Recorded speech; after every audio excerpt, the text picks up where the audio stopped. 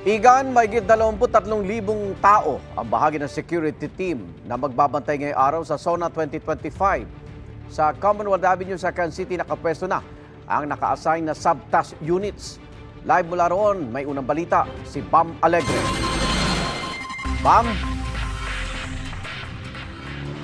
Igan, good morning. Kahit masungit ang panahon ay maagang nag-deploy dito ang pulisya sa kahabaan ng Commonwealth Avenue sa Quezon City bilang paghahanda sa SONA 2025.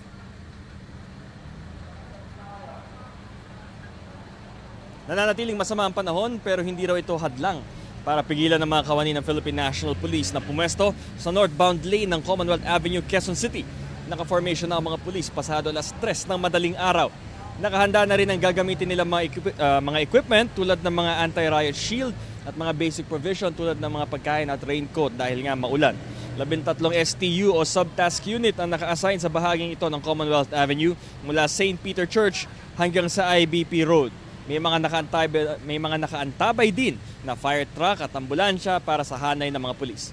Sumatotal 16,081 ang full deployment ng pulisya mula sa PNP and CRPO, 3,976 mula sa PNP support units at 3,320 mula sa ibang mga ahensya. Layunin nilang panatilihin ang seguridad sa lugar.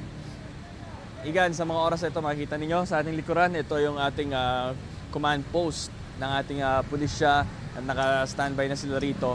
Sa daloy naman ng trapiko ay accessible pa rin ito sa mga motorista. May 2 hanggang 3 lane na magagamit sila. Ito ang unang balita mula rito sa Quezon City. Bam Alegre para sa GMA Integrated News. Igan, mauna ka sa mga balita, mag-subscribe na sa GMA Integrated News sa YouTube para sa iba't ibang ulat sa ating bansa.